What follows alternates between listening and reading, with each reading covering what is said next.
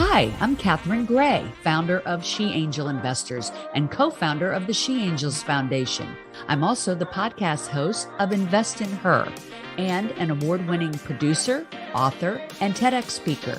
Our show, Invest in Her, features phenomenal female founders and funders. As you know, women receive less than 2% of venture capital funding. Our series is about accelerating the funding of women by connecting them to funding resources. Let's meet today's guest. Hi, thanks for tuning in today. Before I start the show, I just wanted to mention that for those of you that don't know, we're producing a documentary called Girls Just Want to Have Funds. You can imagine what that's about. It's about that we get less than 2% of venture capital funding, and how are we going to change that? And that's what the film is about. And we raised the funds to create the film this past year. We've been filming it. We're editing it as we speak. It'll be coming out in 2023. So the big news is that we've just launched our nonprofit fundraiser so that we can take this around the country to universities and festivals and conferences and create a grassroots campaign movement that you can help us with by donating to the campaign. So you can make a tax-deductible donation, and here's a video to tell you a little bit more about how you can participate.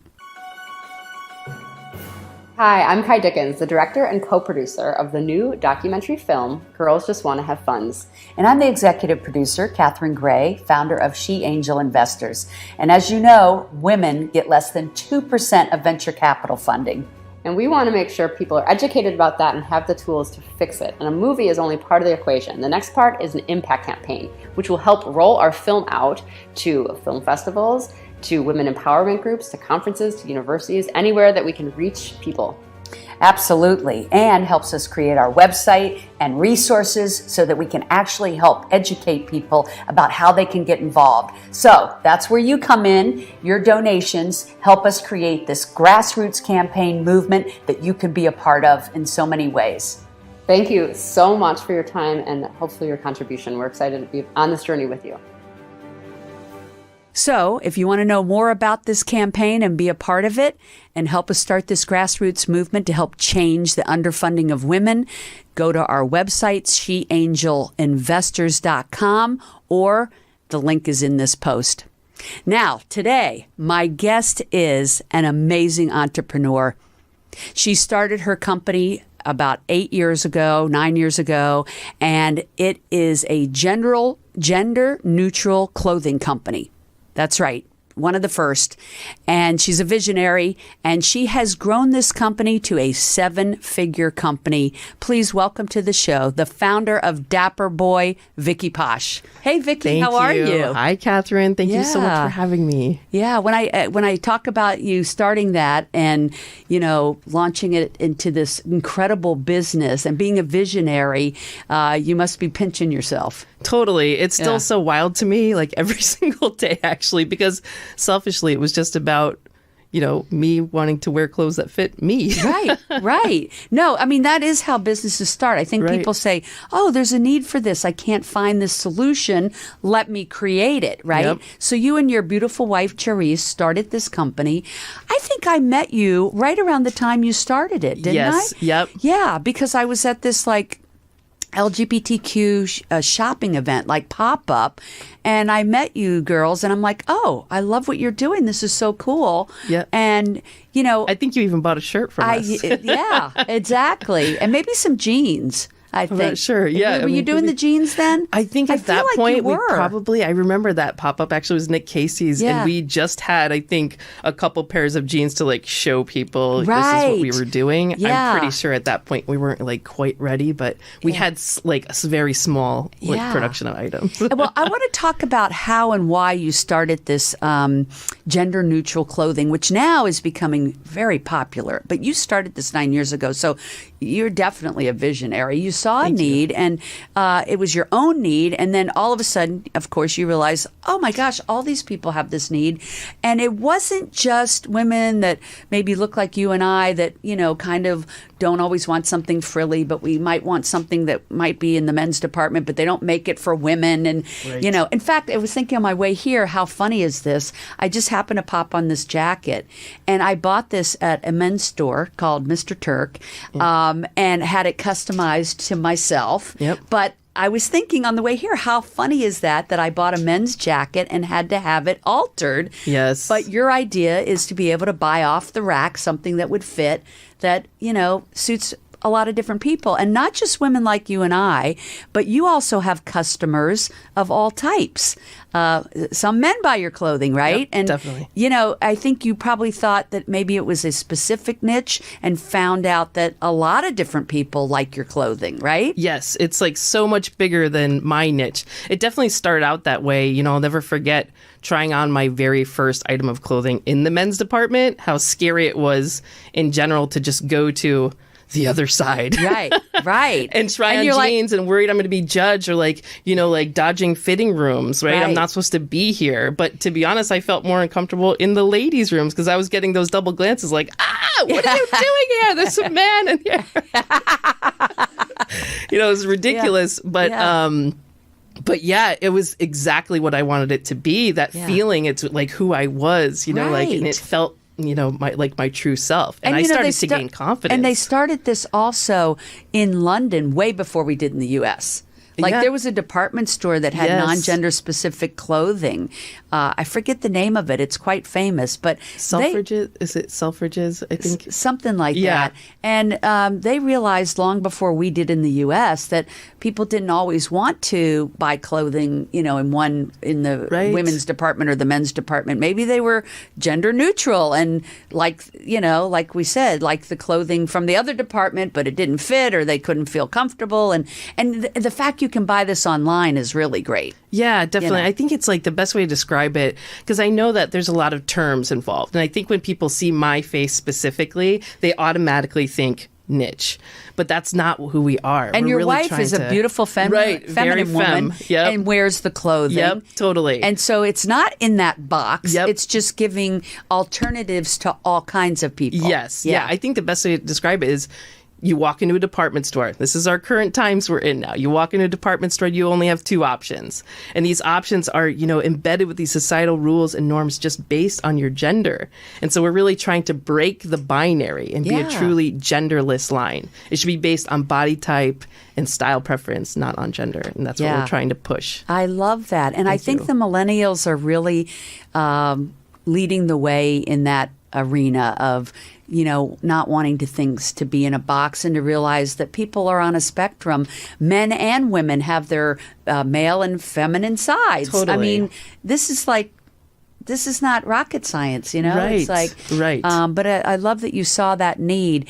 Let's talk a little bit about your background of how you got into this. So you just had shared with me, you right out of school, you were doing casino marketing, right? Yeah. So how did you transition from that to this? And being and to jump into being an entrepreneur, no easy thing. Right. Yeah. I mean, so I'm from upstate New York, and right out of college, I was too scared. A lot of my friends were going to New York City, and us upstaters, a lot of us are scared of New York City. Yeah. And I had family out in San Diego, moved out here and was looking for anything in marketing. My degree was in mass media communication. Yeah. And I found an entry-level position at a casino in San Diego. I worked my way from the ground up, you know, as a Players Club ambassador, you know, making the cards for the guests there, writing promotions and trying to pitch my way up to the top. And I did.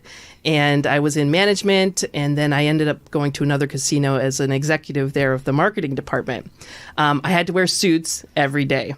And this is a little tidbit here, but Dapper Boi's original logo actually has a bow tie in it. And it was for a reason, because Dapper Boi was going to start with suits, because I had to wear suits every day. And I was wearing men's suits every day. Yeah, I never get that. fit my body. Yeah. But at that time, you know, when we were looking, how do we launch this brand in Kickstarter, there were other companies coming out with the same idea.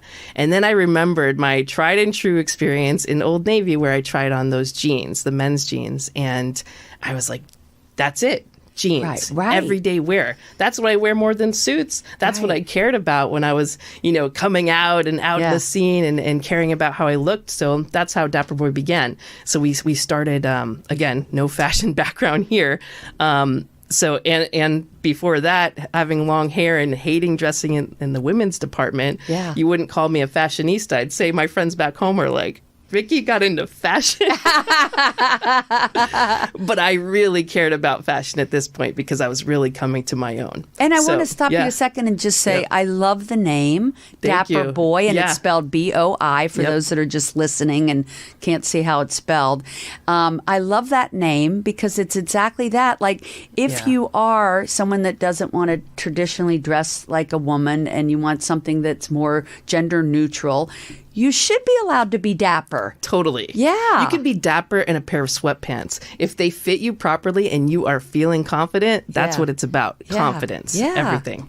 Yeah, it's about having it fit right, look right, having options. Yeah. Yep. And now you've ventured into various things on your site, right? Like, what could I buy on the Dapper Boi site? So right along with our jeans, and I'd say what I want to talk about with the jeans here real quick is, the difference in our jeans. Yeah, I want you to talk about that. Yeah, there's a lot because we went through our favorite men's and women's jeans. And, for example, this is the biggest one with women's jeans. They don't have pockets. Yeah. Like, why don't women have pockets? Yeah. It's ridiculous. Yeah. They have all these things. So deep pockets like what men's pants had. And at that time, nowadays, there's a lot more stretch in men's jeans also, but there wasn't then. And so like that fabric of the comfort of the women's pants, we added that to the men's. There's just a lot of different features there. So along this, aside the jeans, we were actually developing our button-up shirt. Yeah. And what's key about this button-up shirt that I'm wearing here even are these hidden snaps behind the chest placket, and that prevents chest gap. Oh, I love and that. And that's for both men and women. If you have a broader chest, there's always that gap that you can see in there. I used to wear safety pins for all my button-up shirts. Yeah. No longer because we added these snaps. And then really we've morphed into this truly everyday line. We have swimwear, bomber jackets, simple T-shirts. Our T-shirts are game-changing because men's T-shirts, a lot of time they just like suction to your stomach in all the wrong places. Women's T-shirts are a little feminine for myself personally. Like my options are like a scoop neck or a DV. Yeah, I'm not doing the scoop. Right. Exactly. I hear you. Exactly. No scoop. Right. Yeah. But we really think through all these little details with every little piece of you do. products. You really you think a lot about it. You and your wife put your heart and soul into this business, and it shows. Thank you.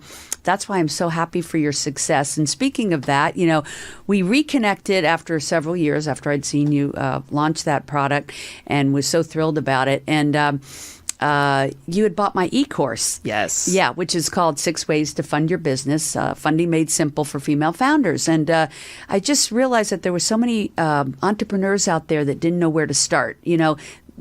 They knew they had an idea, they knew they had a product, but where did they get the funding? And there are various ways to get the funding. And I love what you said to me after you took the course. You're like, I wish I had known this when I started.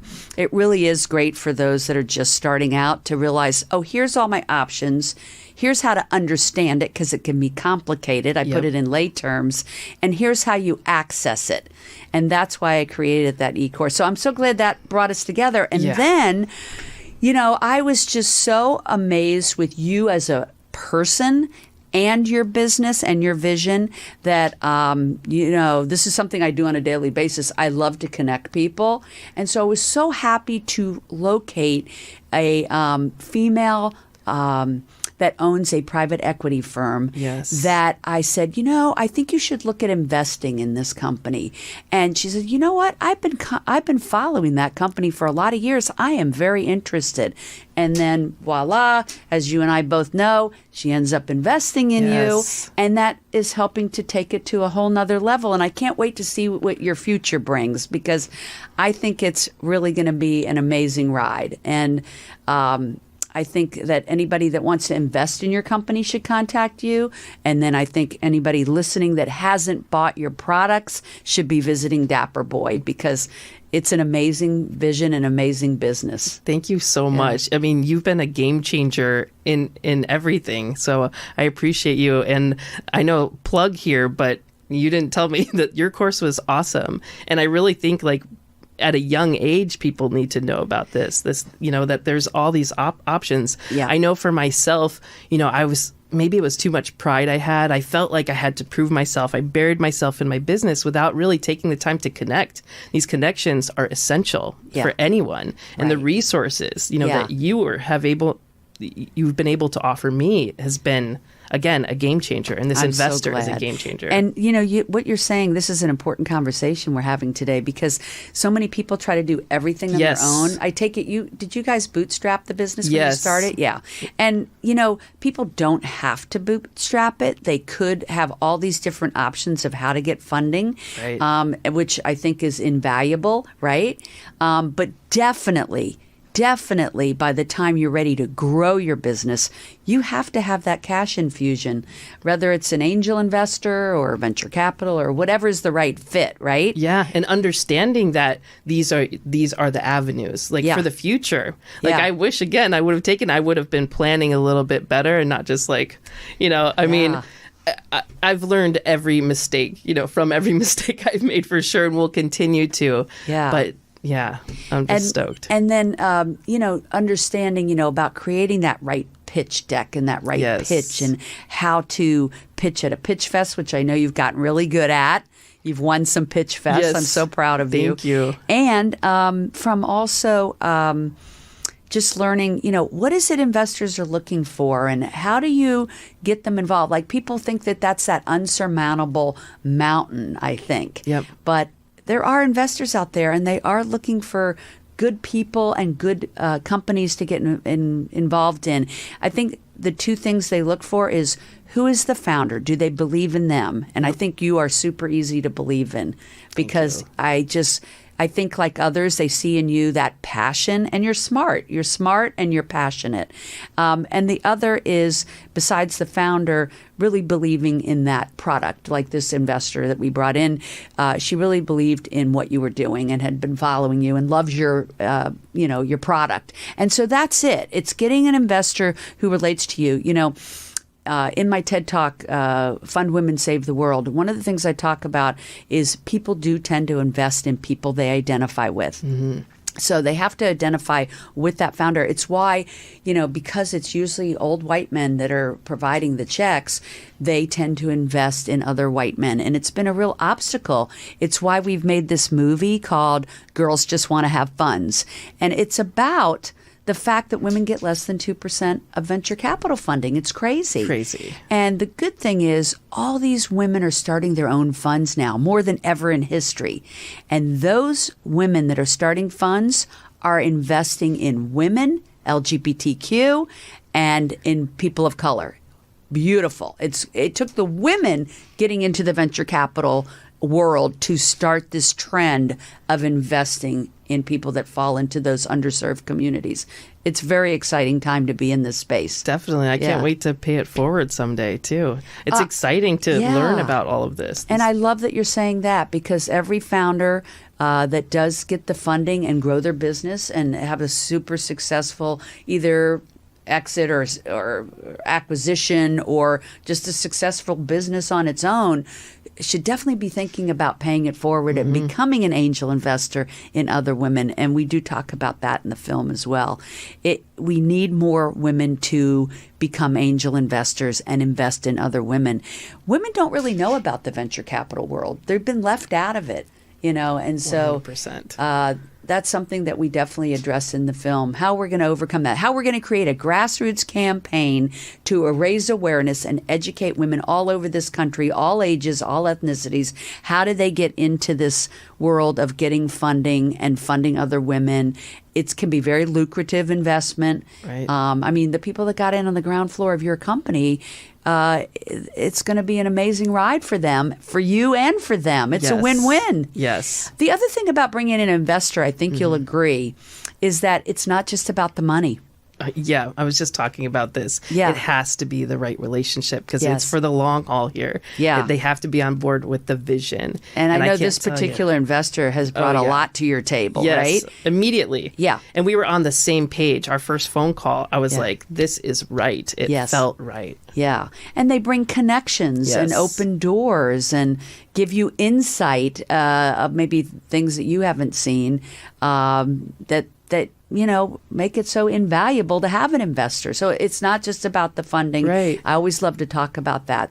I think it's the connection too. Like we Yeah. just were on the same page. It felt comfortable. Yes. I think that's important too because a lot of times, again, in the beginning, I was just looking for the money. Yeah. Like let's Yeah. get the money. I just need it because I can just go run with this myself. Right. But no, I've learned along this way here of Yeah. over a year of fundraising and talking Yeah. to people that relationship matters and it needs to be comfortable because we're Yes. on an exciting journey together. Yes. It matters. It matters to Absolutely. be comfortable with each other and know that you have somebody that has your back for Right. real. Right. I love this conversation. I could talk to you all day. Yeah.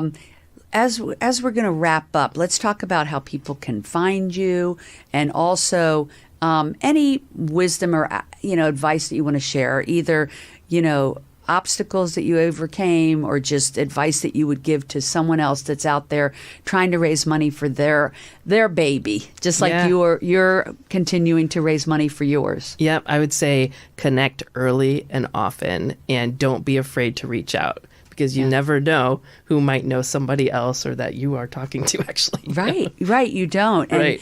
it is all about that connecting, going out to groups, meeting people, Yes. and finding what you just said, your people. Right. Finding your people. Your people will get it. It won't be a hard sell. You're thinking, oh, it's so hard to raise money. No, it's really not. Because if you ask somebody and they don't believe in you and your product, then they're not the right person. Right. Don't even waste your time. We Right. waste so Move much on. time Yep. trying, as Andrea Quinn would say, we waste so much time trying to convince not our people to be our people. Yes. And it's a waste of time. You're never going to convince them. Plus, you don't want somebody investing in you anyway that doesn't believe in you. Right. So once you get that person that says, oh, yeah, I get it. I love what you're doing. I love you. I want to help you. That's your person. And they're going to invest in you because they believe in you. Yes. Yeah. Yep. Another one, life is so short and do whatever you can do to do what you love to do. Yeah. And, having this life, even though it's crazy and there's roller coasters and ups and downs, and There sometimes is. I want to crawl under a table and cry, and sometimes I have. And you know what? You keep Every going. entrepreneur has. Yes. If they're You honest. keep going. And when I met you, and I know it was a tough time, and you're looking for this cash infusion. But what I loved your strong conviction. You are always like, this is happening no matter what. And you have to have that conviction, even in those tough times. And I had once heard that so many people give up right when their business is Yes. about to take off. And I was just like, that's something always to identify is that if you notice that somebody is like, you know what, I just can't go one more day. You're just like, I'm telling you, it's right around the corner. Yep. It's right around the corner. And we do, it does take a village, doesn't it? It totally does. Yeah. I think another thing is go with your gut. Yeah. Because, there's a lot of talk and people telling you things. And some people might say, hey, when are you going to go to plan B? And Yeah. I stuck with plan A all the way and went with my gut. And I Yeah. know that this is the route that I Yeah, always there's a needed lot to of those take. plan Bs out there. Yep. Yeah. You're wasting time, Yeah. on plan B, Yeah. not working on plan A. That's Especially right. if you have that work ethic and the heart and the passion, deep down in your gut that this is going to be a success. That's you keep it. going. That's it. So Dapper Boi, we can find at dapperboy.com. Yep, dapperboy.com, BOI. Yep, BOI. And we can find you on social media. Yes, Instagram is at Dapper Boi. Yeah. Facebook, Dapper Boi Clothing. TikTok now, Dapper Boi Squad. I've seen your TikToks and I love Nice, them. thank Everybody's you. got to check those Thank out. you. Yes. Yeah, they're super fun. Thank you. Yeah, it's a lot of fun. Yeah, great. Well, everybody, thank you so much for tuning in. Vicki, thanks for coming up from San Diego to Los Angeles today. We can also be found on social media, as you know, on She Angel Investors, and also Catherine Gray Invest in Her on Instagram. We hope you'll check out our fundraiser. Again, our fundraiser is to help us take our documentary, which is called Girls Just Want to Have Funds. It's about us getting less than 2% of venture capital and how we can change that and how you can be a part of changing that by helping us to take this and make a grassroots movement out of it. That link is in this post where you can find out about it. And also, we're going to play that video again about the fundraiser.